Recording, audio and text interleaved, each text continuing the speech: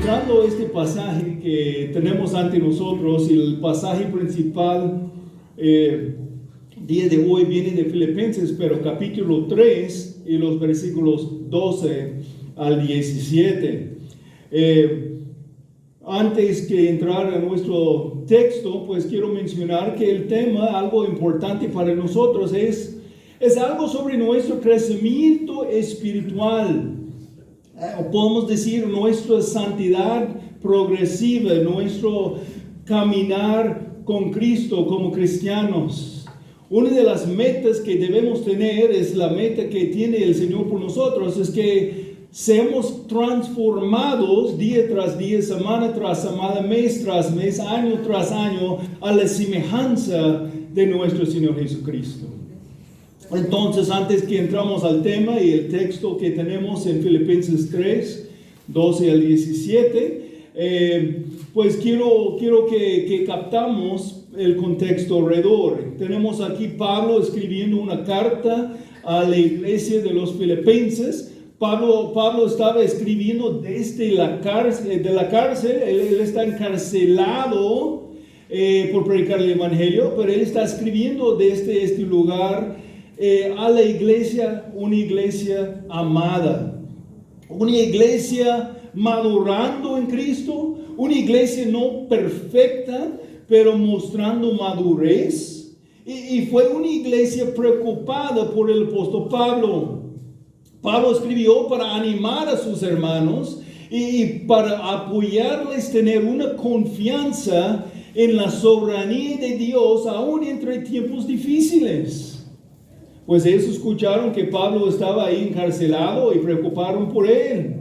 Si vamos a experimentar gozo permanente en Cristo en todo tiempo, sin importar lo que pasa, necesitamos entender que tenemos un Dios soberano quien ordena todas las cosas a pasar por nuestro bien y para su mejor gloria, por nuestro último bien, aunque pasamos por tiempos difíciles.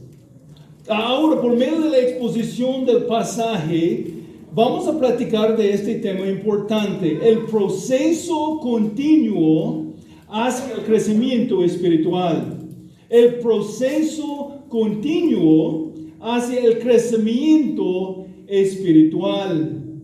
Dios nos salvó, no solamente para escapar de la pena de muerte por nuestros pecados y sufrir por siempre en el infierno.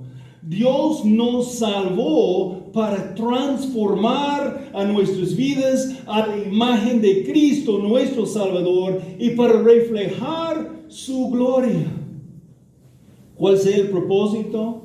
Para que Dios nos salvó, pues podemos ver como creyentes, fuimos predestinados para que fuéramos hechos conforme a la imagen de su Hijo Jesús, o hechos conformes a la semejanza de su Hijo Jesús, como dice Romanos 8, 29. Esto es el propósito. Un beneficio es, no vamos a pagar la pena por nuestros pecados últimamente, porque Cristo ya pagó. Pero Él nos salvó para que podamos glorificarlo, para que podamos reflejar la semejanza de Cristo, esta transformación. El carácter de la santificación del cristiano tiene un doble aspecto. Hay un aspecto posicional en la que la persona, al confiar en el Señor como Salvador, es santificada, es decir, separada para el servicio del Señor. Fuimos declarados justos, declarados santos, como Pastor Antonio mencionó aún entre el estudio de Juan en la escuela dominical. Esa es nuestra posición en Cristo, justificados, santificados. En el mismo momento que una persona recibe la salvación, también entonces es posicionalmente santificada. El Padre nos ve en su Hijo como santos. Pero también hay otro aspecto práctico de la santificación del cristiano, o sea, del proceso de ser más santificado, más transformado a la imagen de Cristo progresivamente. Es en ese sentido que el apóstol Pablo, aún después cuántos años en el ministerio, declara enfáticamente en Filipenses 3:12, no es que ya lo haya alcanzado o que ya haya llegado a ser perfecto, sino que sigo adelante. No es que lo haya alcanzado o que haya llegado a ser perfecto, sino sigo adelante a fin de poder alcanzar aquello para lo cual también fui alcanzado por Cristo Jesús. Hermanos, yo mismo no considero haberlo ya alcanzado, pero una cosa hago, olvidando lo que queda atrás y extendiéndome a lo que está delante, prosigo hacia la meta para obtener el premio del supremo llamamiento de Dios en Cristo Jesús. Así que todos los que somos perfectos, tengamos esta misma actitud. Y si en algo tiene una actitud distinta, eso también se lo revelará Dios. Sin embargo, continuemos viviendo según la misma norma que hemos alcanzado. Padre Celestial, damos gracias por este texto de la Escritura ante nosotros, por el apóstol Pablo escribiendo bajo la inspiración del Espíritu Santo. Las palabras aquí no solamente por el beneficio de la iglesia de los filipenses, pero para nuestro beneficio y santificación. Ayúdanos ahora, dedicando este tiempo a la exposición de tu palabra, recibir el mensaje y ver las implicaciones para nuestras vidas, para aplicar la palabra en nuestra vida, para que nosotros podamos glorificar y exaltar el nombre de Jesús. Y pedimos en el nombre de Él. Amén. Bueno, siguiendo sus palabras sobre la perfección futura del creyente, cuando el cristiano recibirá el cuerpo resucitado y glorificado en el arrebatamiento, o sea, el rapto de la iglesia, Pablo humildemente declara que él mismo sea una obra de Dios todavía progresando hacia la meta. Con toda confianza en Cristo, a cumplir en Él lo que falta, Él mismo fue haciendo todo lo necesario en el poder del Espíritu Santo de llegar por fin al propósito para que fuera salvado.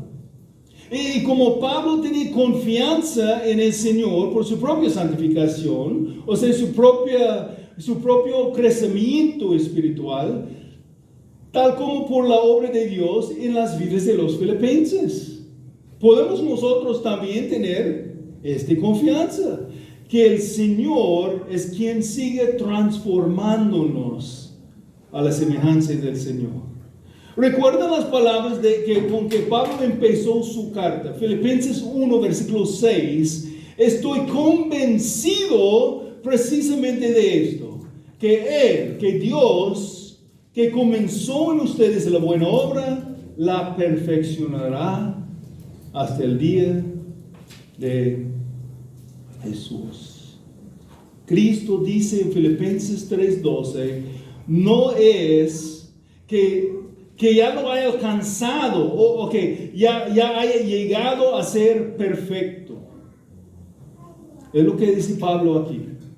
El término griego, en lo original traducido perfecto aquí, está en la voz pasiva y tiempo perfecto. No vamos a tener una lección de gramática, pero la voz pasiva significa que es algo hecho por otra persona. En Pablo, pues hecho por Dios, el perfeccionador. Él está perfeccionando a Pablo. Y el tiempo perfecto en el gramático griego significa que es algo que ha sido finalizado. ¿Qué está diciendo entonces? Es decir, que es una perfección que no requiere ningún otro tipo de mejoramiento. Entonces puede ser traducido muy precisamente, ni que ya haya sido hecho perfecto. De esta manera el énfasis recae en la obra de Dios.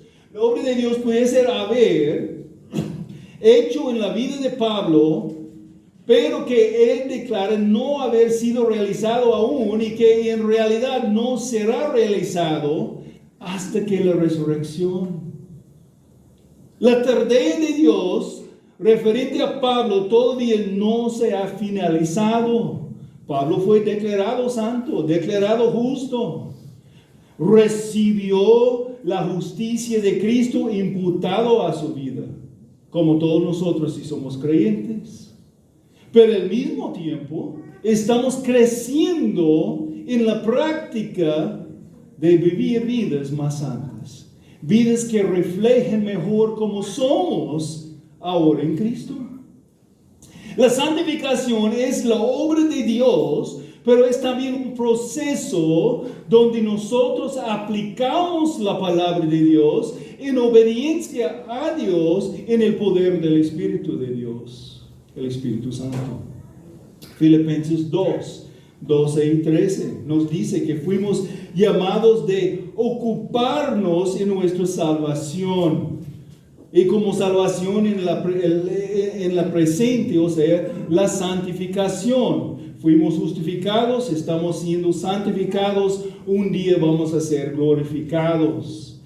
Entonces, ocuparnos en nuestra salvación, santificación con temor y temblor, porque es Dios que obra en nosotros. Así que, amados míos, tal como siempre han obedecido, no solo en mi presencia, sino ahora mucho más en mi ausencia, ocúpense en su salvación con temor y temblor, porque Dios es quien obra en ustedes tanto el querer como el hacer para su buena intención o su buena voluntad. Debemos ocuparnos, o sea, trabajar, porque es Dios quien trabaja en nosotros. Porque Dios es quien obra en ustedes tanto el querer como el hacer. O ocupamos en el proceso de la santificación, porque es la voluntad de Dios y es Dios que nos da a ambos el deseo de hacerlo, tal como el poder hacerlo. Puede decir que si no hay deseo de ser santificado, si no hay un deseo de vivir por la gloria de Dios, entonces tenemos que preguntar si hemos sido salvados. Porque ese es un fruto de la salvación, este deseo. Él nos ha dado el deseo tal como el poder. Necesitamos guardar el principio en nuestras mentes. Este contexto anteriormente mencionado en capítulo 2, antes que llegamos a nuestro texto para estudiar capítulo 3, empezando en el versículo 12. Otra vez, nuestro texto. Pablo sigue diciendo, no es que ya lo haya alcanzado o que ya haya llegado a ser perfecto, sino que sigo adelante a fin de poder alcanzar aquello para lo cual también fui alcanzado por Cristo Jesús. Sino que sigo adelante. Aquí podemos ver el movimiento hacia la perfección, o sea, la madurez en Cristo. El crecimiento espiritual del creyente. Entonces, otra vez, estamos platicando de un proceso continuo hacia el crecimiento espiritual. Es un proceso, progresamos. Debemos avanzar hacia la meta. Dios declaró, sean santos como yo soy santo.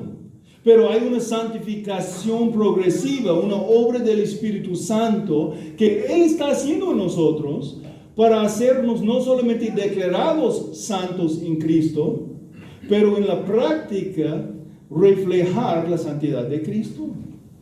Esta obra involucra a nosotros. Es algo que Él está haciendo, pero participamos. No participamos en nuestra salvación, o sea, en nuestra justificación. Es algo completamente que Él hace. Pero en la santificación recibimos la palabra de Dios. Escuchamos y leemos y vemos las implicaciones y entonces aplicamos la palabra de Dios.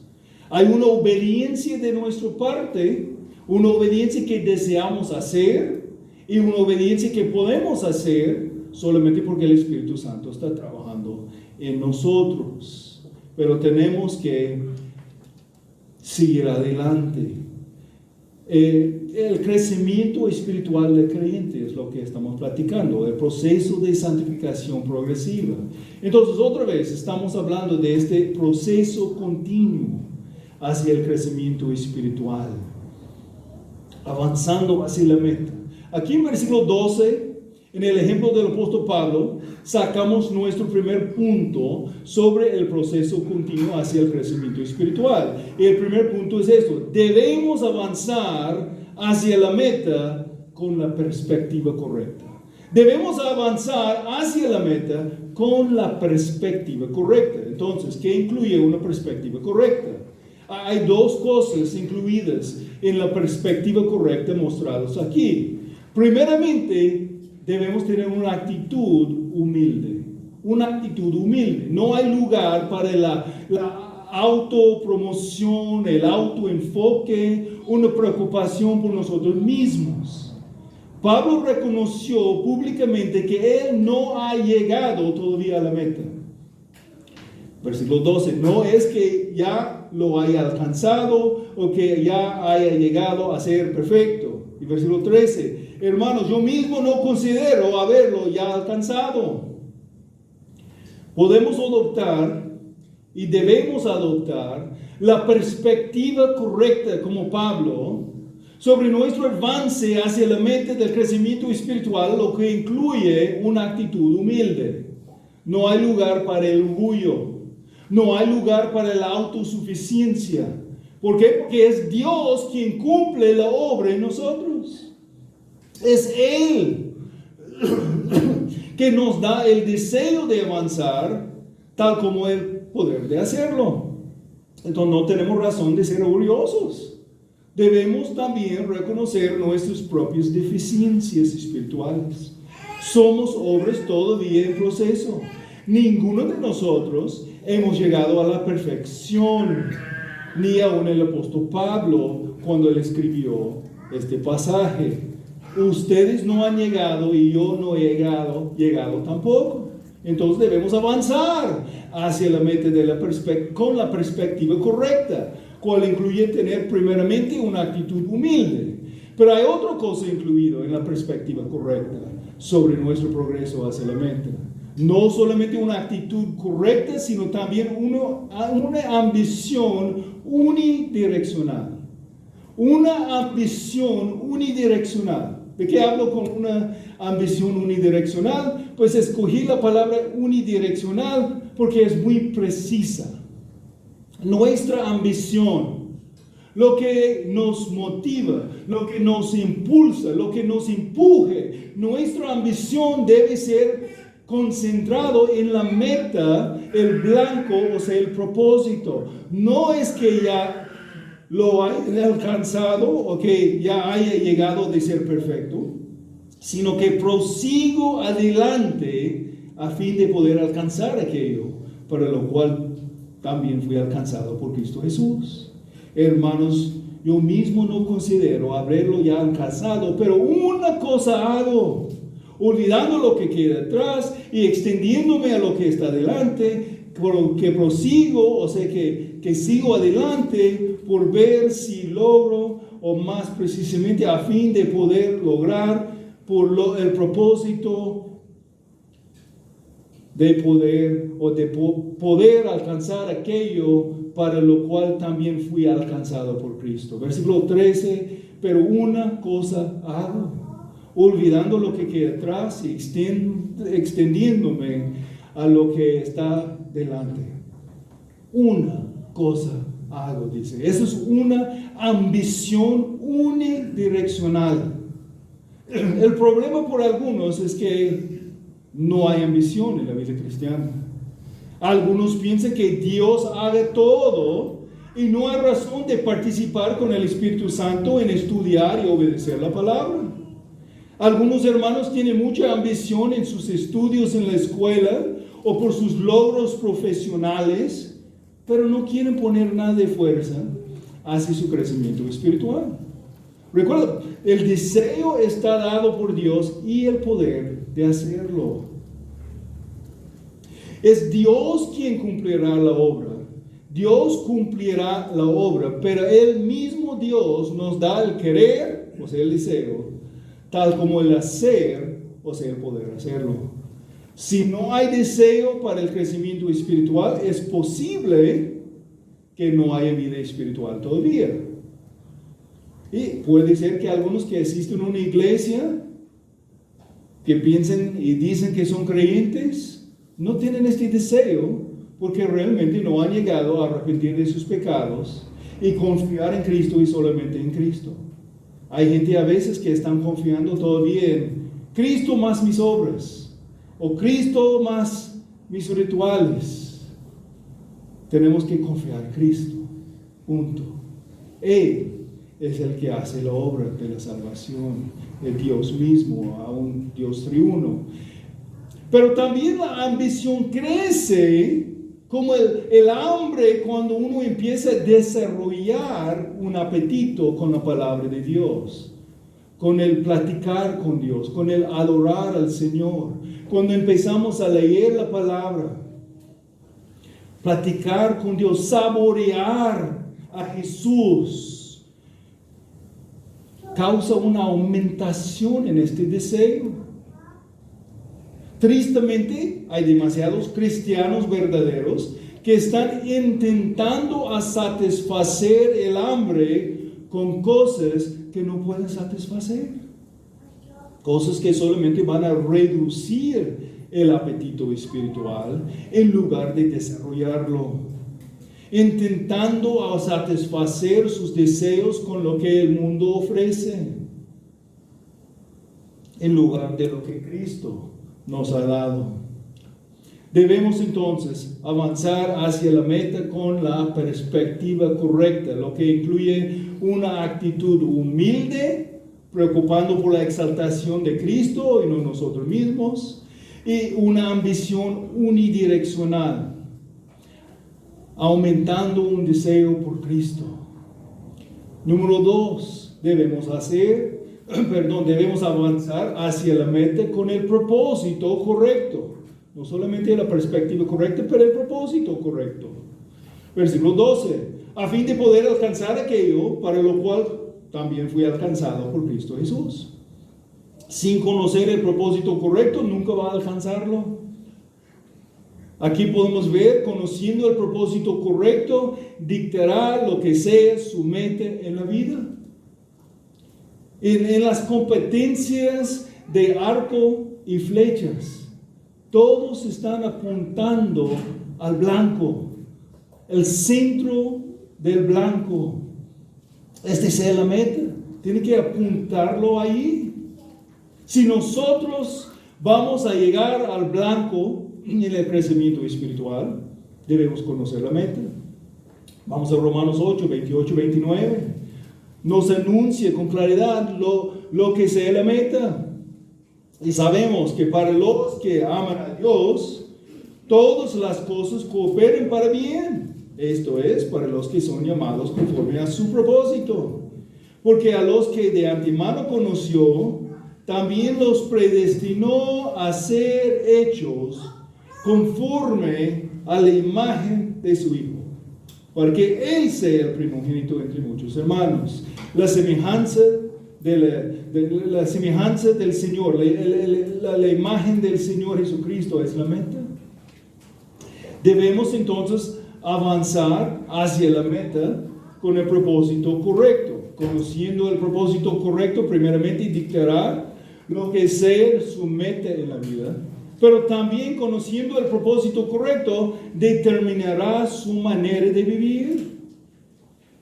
Conociendo el propósito correcto, determinará su manera de vivir.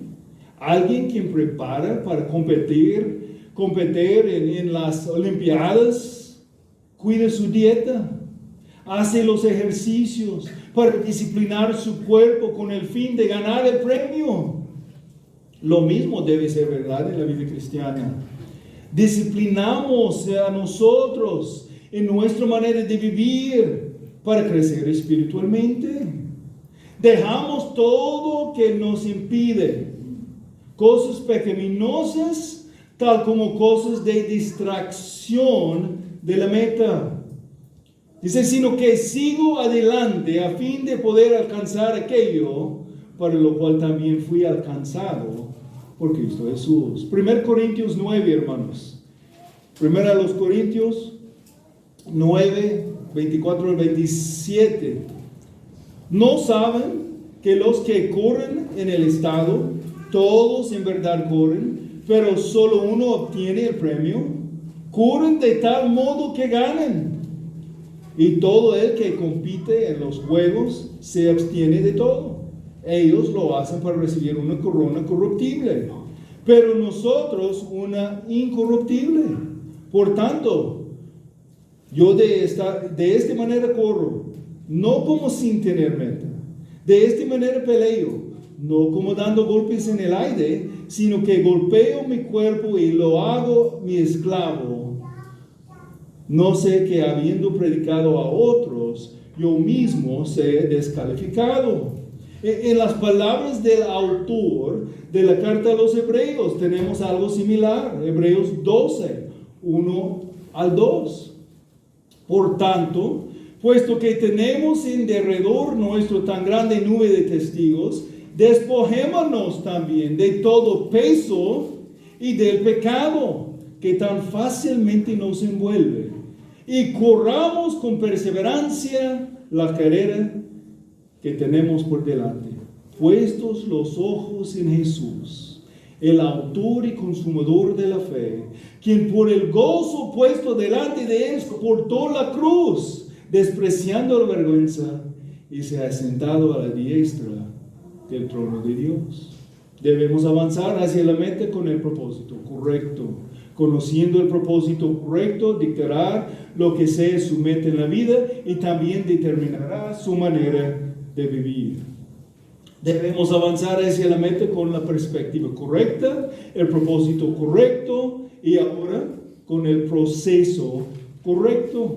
Debemos avanzar hacia la meta con el proceso correcto. ¿Cuál sería el proceso?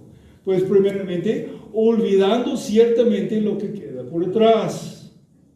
Olvidando involucra una decisión de no recordar. ¿Me entiendes? Hay cosas que no podemos borrar de la mente, pero decidamos a no permitir las cosas siempre revolver en la mente.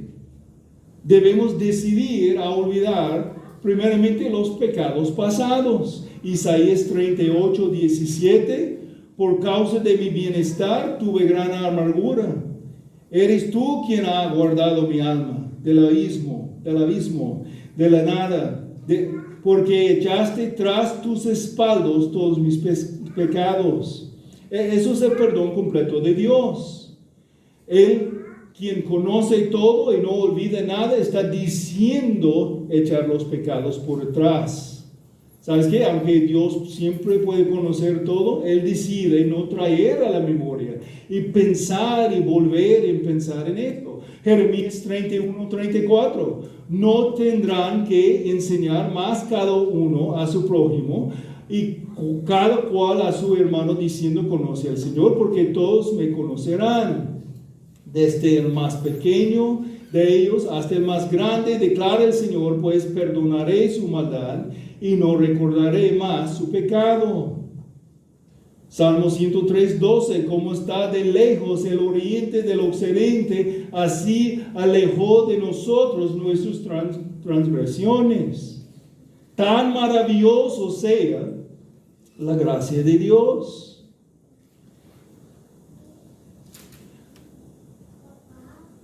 Miqueas 7, 18 a 19, que Dios hay como tú que perdona la iniquidad y pasa por alto la rebeldía de remanente de su heredad. No persistirá en su ira para siempre, porque se complace en la misericordia.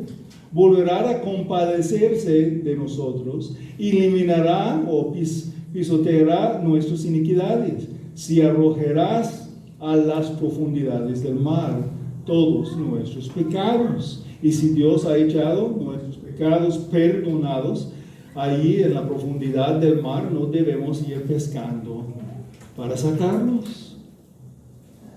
Si Dios decide olvidar nuestros pecados perdonados, debemos hacer lo mismo con nosotros mismos. Necesitamos confesarlos, necesitamos arrepentirnos. Primero de Juan 1:9, si confesamos nuestros pecados, Él es fiel y justo para perdonarnos los pecados y para limpiarnos de toda maldad. Ahora tengo que aclarar algo, porque aún aquí está hablando de una confesión continua. Cristo ya pagó la pena del pecado pasado, presente y futuro. Y nuestra relación como hijos de Dios, si somos hijos de Dios, no va a ser cambiado. Pero la dulce comunión que experimentamos en nuestra relación puede ser afectado. Y por eso regresamos a confesar cuando Él revela a nosotros pecado en nuestras vidas. El perdón es completo, pero no necesariamente borra todas las consecuencias del pecado. Es importante entender eso. Si alguien fue borracho o drogadicto y después recibe el perdón de Dios, él puede ser perdonado completamente, pero hay consecuencias que siguen. Posiblemente en su hígado, posiblemente en su corazón, sus pulmones. Las consecuencias quedan a veces aún cuando hay perdón completo. Una persona que comete adulterio engaña a su esposa, o puede ser reversa, engaña a su esposo, puede ser perdonada. Pero no es que automáticamente la confianza y el respeto regresa. Es algo que tiene que ser ganado, sí puede ser ganado, y a veces hay ciertas cosas que quedan. Un homicidio, mata a alguien, puede pagar su deuda a la sociedad, recibir una sentencia y cumplir su sentencia, dependiendo del lugar en el mundo. A veces puede ser una sentencia de muerte, a veces puede ser una sentencia de tantos años, encarcelado. Pero aún si confiesa a Cristo y recibe el perdón de Dios y recibir el perdón de las familiares de él, quien él mató, tiene que pagar su consecuencia a la sociedad. Tiene que ir a ser encarcelado, o cualquier que sea la pena de su pecado. Lo que es importante entender aquí es que hay consecuencias. En mi iglesia en Estados Unidos tenemos un hermano que está dentro de la iglesia, que cometió un pecado y que es delito contra un niño. Él fue encarcelado, él conoció a Cristo, él es transformado, él es ahora miembro de la iglesia, pero por reglas de la sociedad y por la prudencia del liderazgo, él no puede estar involucrado con ministerios que tienen que ver con niños. ¿Por qué? Porque hay una consecuencia que queda, aunque perdonado, y ya ha pagado su deuda a la sociedad de acuerdo con la ley. Entonces, el perdón es completo, aunque a veces hay consecuencias que pueden quedar. El punto aquí está diciendo, tenemos que olvidar aún lo que Dios decide de no poner en contra de nosotros, aunque aceptando si hay consecuencias, olvidando ciertamente lo que queda por detrás. No tomaremos tiempo para amplificar todo el punto aquí, pero también podemos decir que necesitamos olvidar dolores pasados. Muchos hermanos viven con dolores en sus corazones, dolores emocionales por cosas que pasaron en el pasado. No es de menospreciar o decir que las cosas que pasaron no son importantes. Pero muchos viven en una trampa de ser controlados día de hoy por cosas que pasaron en el pasado. Y tienen que aprender de confiar en el Señor el día tras día, ahora, y no vivir entrapados o encarcelados por memorias pasadas. No enfocando en las cosas, pero olvidando en el sentido de decidir, no que puede borrar de la mente, pero decidir que yo no voy a permitir esto revolver constantemente en mi vida. También debemos olvidar los fracasos pasados. Algunos no avanzan por el temor de fallar o fracasar otra vez. Algo pasó, no salió bien, a lo mejor fue un fracaso, a lo mejor una falla, y viven como en una trampa de no avanzar porque están temerosos que otra vez van a caer. Segunda carta a los Corintios 5:17. De modo que si alguno está en Cristo, nueva criatura es. Perdón. Las cosas viejas pasaron, ahora han sido hechas nuevas. Y aún debemos olvidar, en algún sentido, nuestros logros pasados y victorias pasadas.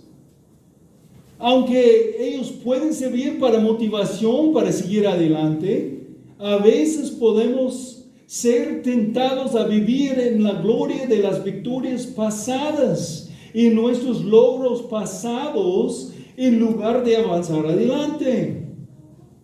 Es que antes servía al Señor en la iglesia. Es que antes yo estaba enseñando a los niños. Es que antes evangelizaba. Es que antes.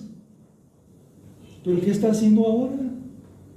No puede vivir en las glorias de logros pasados. Tenemos que estar avanzando adelante, olvidando ciertamente lo que queda por detrás, extendiéndome a lo que está delante, prosigo hacia la meta, extendiéndose, de forzar con presión, conjunto que prosigo aquí, da la idea de un corredor extendiéndose hacia adelante en correr, como llegando a la meta, brincando hasta el fin, haciendo todo. Muestra determinación, persistencia, corriendo, forzando adelante, hasta sufre un tropezón, se cae, pero forzando su cuerpo adelante, gatea y después pelea para levantar otra vez y correr con todo que tiene hasta el fin para ganar el premio. Colosenses 1, 28, 29 dice: a Él, a Cristo, nosotros proclamamos, amonestando a todos los hombres y enseñando a todos los hombres con toda sabiduría, a fin de poder presentar a todo hombre perfecto, maduro en Cristo. Con este fin trabajo también, esforzándome según su poder que obra poderosamente en mí. Esa es la motivación de Pablo. Y el premio, el supremo llamamiento de Dios en Cristo Jesús. Pablo no pone el énfasis en el premio, sino en el lugar donde el premio será recibido. Perder la meta significa perder el premio. Por eso Pablo tiene su mirada absolutamente fijada en la meta, Cristo Jesús. Filipenses 1:21, pues para mí el vivir es Cristo y el morir es ganancia. Debemos avanzar hacia la meta con la perspectiva correcta, que incluye una actitud humilde y ambición unidireccionada.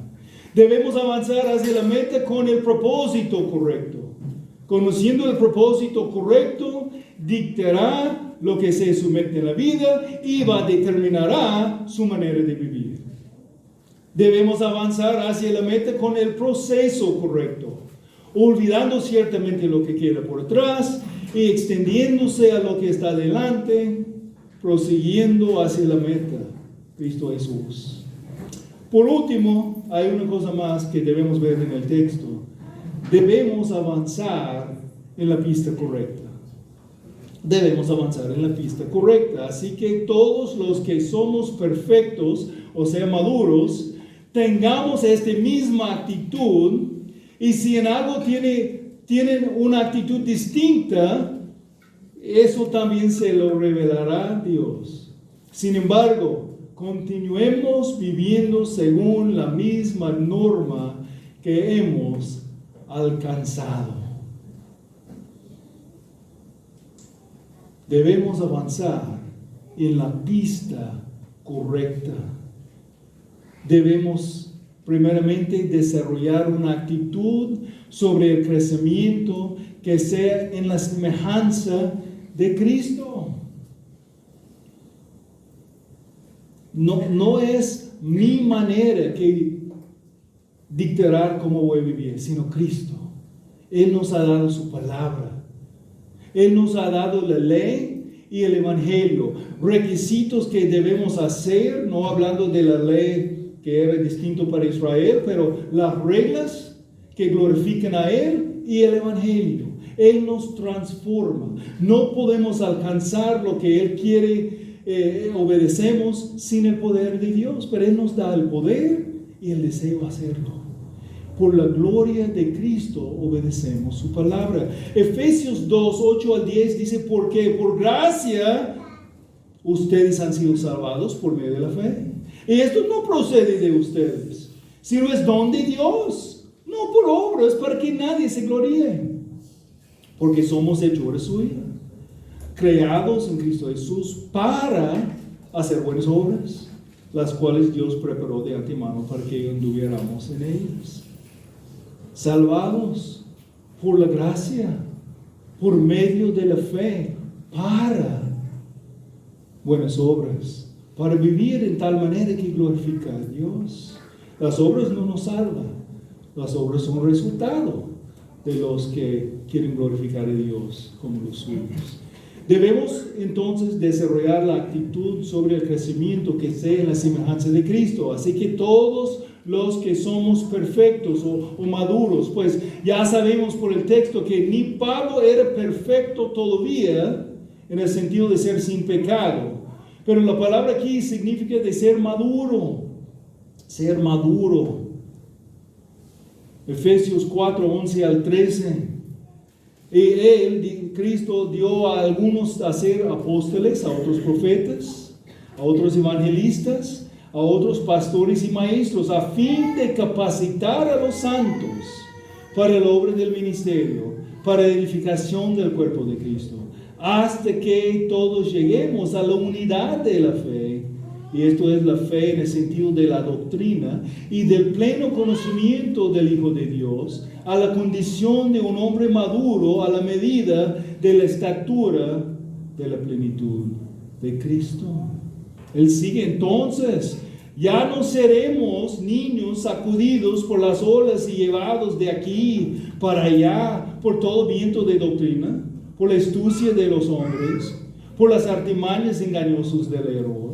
Más bien, al hablar la verdad en amor, creceremos en todos los aspectos en aquel que es la cabeza, es decir, Cristo, de quien todo el cuerpo, estando bien ajustado y unido por la cohesión que las coyunturas proveen, conforme al funcionamiento adecuado de cada miembro, produce el crecimiento del cuerpo para su propia edificación en amor. La madurez cristiana, el crecimiento espiritual, la santificación progresiva.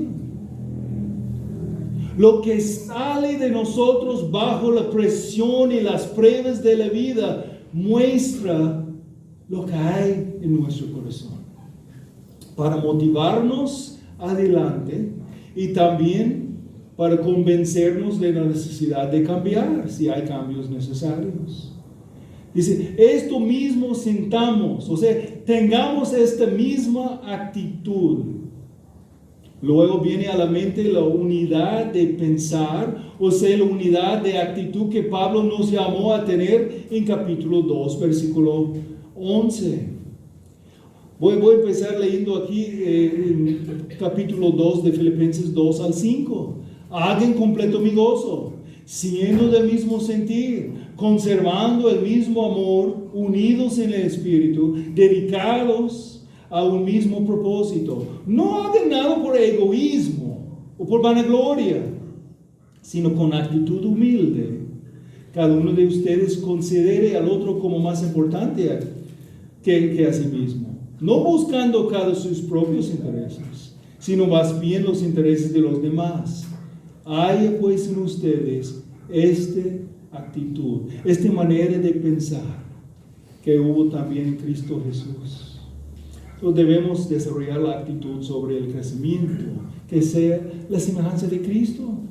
Queremos ser conformados a su imagen, reflejar su carácter. Segunda manera en donde caminamos en la pista correcta es debemos demostrar acciones mientras creciendo que sean en la semejanza de Cristo. Debemos demostrar acciones mientras creciendo que sean en la semejanza de Cristo. Pues el texto nos dice, continuemos viviendo según la misma norma que hemos alcanzado. Debe tener consistencia, o sea, conformidad en el caminar, en nuestro caminar con Cristo. Debemos demostrar acciones mientras creciendo que sean en la semejanza de Cristo. La verdad es que nuestras acciones muestran las verdaderas creencias. Podemos decir muchas cosas, pero si lo que actuamos no muestra conformidad con nuestras palabras, si en otras palabras no practicamos lo que predicamos, si no estamos haciendo lo que decimos es nuestra creencia, pues realmente estamos mostrando la condición interior. Mostramos nuestras creencias, no con solamente la declaración, porque hay personas que pueden declarar cualquier cosa. Mostramos con la demostración. Continuemos viviendo según la misma norma que hemos alcanzado. Si tú eres cristiano, Dios te salvó para reflejar su gloria en transformarte a la semejanza de la imagen del Señor Jesucristo.